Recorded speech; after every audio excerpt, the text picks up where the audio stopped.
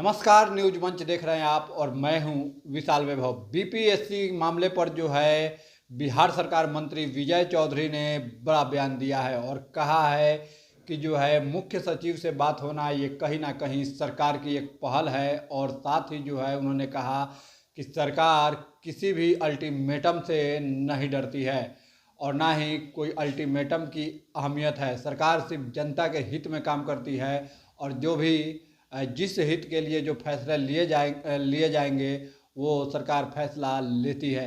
तो क्या कुछ इस पूरे मामले पर कहा है बिहार सरकार के मंत्री विजय चौधरी ने, आपको छोड़ जाते हैं उनके बयानों के साथ। बने रहिए न्यूज मंच के साथ। न्यूज मंच के लिए ऋचा कुमारी के साथ विशाल वैभव, पटना।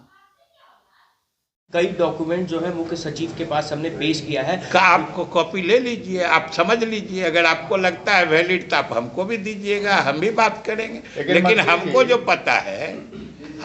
पता है कि पेपर लीक होने से संबंधित कोई डॉक्यूमेंट मुख्य सचिव को नहीं दिया गया है। 2 डेलीगेशन मिला है।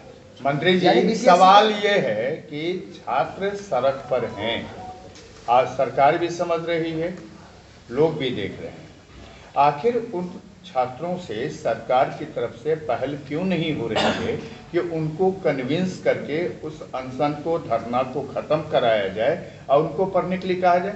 अगर मान लीजिए छात्रों ने कहा कि लीक हुआ है, लीक का कोई सबूत नहीं है, तो इस सरकार की भी जिम्मेदारी बनती है कि उन छात्रों के प्रतिनिधि मंडल को मंत्री स्तर पर बुलाइए, सीएम स्तर पर बुलाया जाए ताकि उनको कन्विंस किया जा सके। क्यों अब राजनीतिक रोटी दूसरों को सेकने का मौका आप दे रहे हैं? हम लोग किसी को मौका नहीं देते हैं और सरकार में मुख्य सचिव से बड़ा कोई अधिकारी नहीं होता है। और आपको क्या लगता है कि मुख्य सचिव के स्तर पर बात होना खुले तौर पर, जो जिनको जो कुछ कहना है आइए, ये सरकार का पारदर्शी तरीका नहीं है तो और क्या है? सीधी बात है।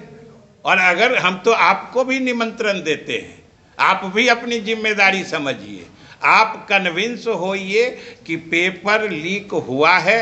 आपको अगर कोई छात्र उपलब्ध करा देते हैं, कोई नेता उपलब्ध करा देते हैं, तो आप लेके आइएगा। हम लोग उसका न सिर्फ स्वागत करेंगे बल्कि उसके आधार पर आगे की कार्रवाई करेंगे। सर, आप ही बोल रहे हैं कि मुख्य सचिव लेवल का बातचीत चल रही है, लेकिन ये चल रही है हमने कहा, ये आप जोड़ दिए। हमने कहा बात हुई है, चल कहाँ रही है? ये कोई अनवरत चलने वाली प्रक्रिया नहीं है। सर, ये 12 दिन बाद क्यों? क्या 13 दिन बाद ये बातचीत क्यों? नहीं, मुख्य सचिव का खुला निमंत्रण है। 13 दिन क्या, 30 दिन तक भी किन्हीं को कोई मिलेगा तो दे सकते हैं। आप क्यों हड़बड़ा रहे हैं?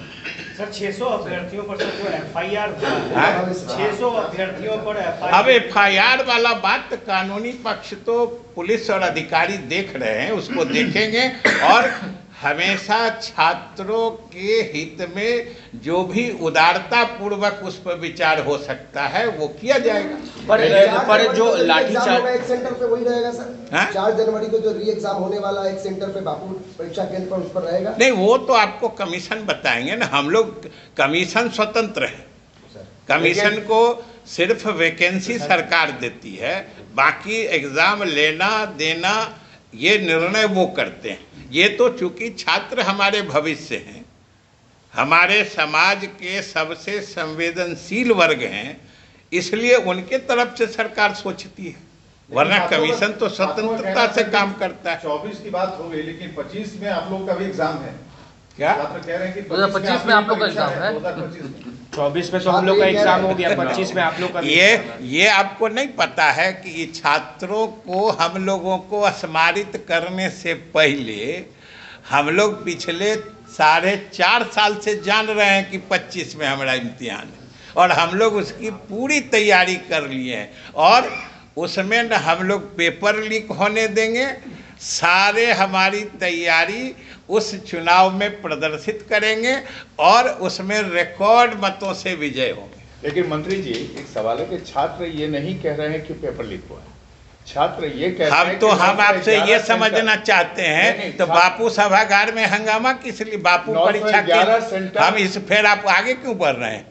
वहीं पर अटकिए, थोड़ा जो बात उठाते हैं उसको स्पष्ट वो करिए। कह रहे हैं कि नहीं, आप हम कटअप ये कह कैसे रहे फाइनल हैं, करेंगे हम ना? ये कह रहे हैं कि पेपर लीक नहीं हुआ है। अगर छात्र संतुष्ट हैं तो बापू परीक्षा केंद्र पर हंगामा किसने किया?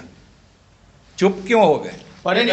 उसी जोर से बोलिए। मैं वही कह रहा हूँ कि और जो है, सुनिए मेरी बात, आपकी कमजोरी नहीं, ये आपकी कमजोरी है, सच्चाई आप नहीं दिखाते। रिपोर्ट कह रही है आप आपकी तरफ से आपकी कमजोरी आप सच्चाई कहने बोलने की हिम्मत नहीं जुटा पाते हैं, ये आपकी कमजोरी है। आप बोलते हैं कि लीक नहीं हुआ, लेकिन ये नहीं बोल पाते हैं कि हंगामा करने वालों की साजिश थी जिसने इतना बड़ा बमेला किया। आप नहीं बोल पाते हैं, गलत कर रहे हैं। चलिए, जो प्रदर्शन कर रहे हैं हजारों की ये आप नहीं समझते हैं, ये हमसे क्यों पूछ रहे हैं? हम तो सिर्फ सवाल है, ये हम लोग तो सिर्फ सरकार की तरफ से सच्चाई बताते हैं। अब आप यहाँ क्यों खड़े हैं, आप क्यों कहाँ जाते हैं, हम सबको सवाल पूछते हैं। चलिए, अब कोई सवाल दूसरा। हम लोग हमेशा छात्रों के हित में सोचते रहे हैं, सोच रहे हैं, सोचते रहेंगे। सरकार चाहती है प्रोटेस्ट खत्म हो जाए। आज 2024 के अंतिम दिन पर आपसे बात करते हुए हमें प्रसन्नता है, इसलिए कि हम उम्मीद करते हैं कि 2024 का वर्ष आप लोगों के लिए मंगलकारक रहा होगा और कल से जो 2025 का नया वर्ष शुरू हो रहा है वो और भी ज़्यादा आप सब के लिए, पूरे बिहार वासियों के लिए मंगलदायी हो। इसी शुभकामना के साथ हम आज आप लोगों का स्वागत करते हैं। लेकिन तेजस्वी यादव तो कह रहे हैं दरवाजा बंद है। अब इसमें आप इसको पूरे परिप्रेक्ष्य में देखिए कि तेजस्वी यादव कह रहे हैं कि दरवाजा बंद है, उनके एक वरिष्ठ विधायक कह रहे हैं कि हम हाथ पसारे बैठे हैं, आ जाइए। अब ये दोनों, इन दोनों वक्तव्यों को मिला के देखिए कि एक वरिष्ठतम विधायकों में से एक कह रहे हैं कि हम बाहें फैलाए बैठे हैं, आइए स्वागत। एक कह रहे हैं दरवाजा बंद है। तो आप सोच लीजिए परेशानी कहाँ है। हम लोगों का स्टैंड तो शुरू से एक ही है, जो मुख्यमंत्री जी बार बार बताते रहते हैं कि हम लोग एनडीए में हैं।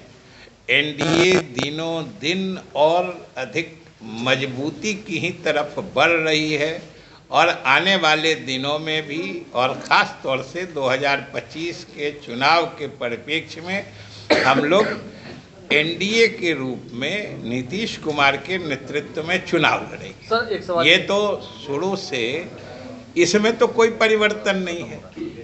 तो जिधर परिवर्तन है, जिधर विरोधाभास है, आप उसका स्पष्टीकरण तो उधर से लीजिए ना। हम लोगों के तो स्टैंड में कोई फर्क आया नहीं। सर, एक सवाल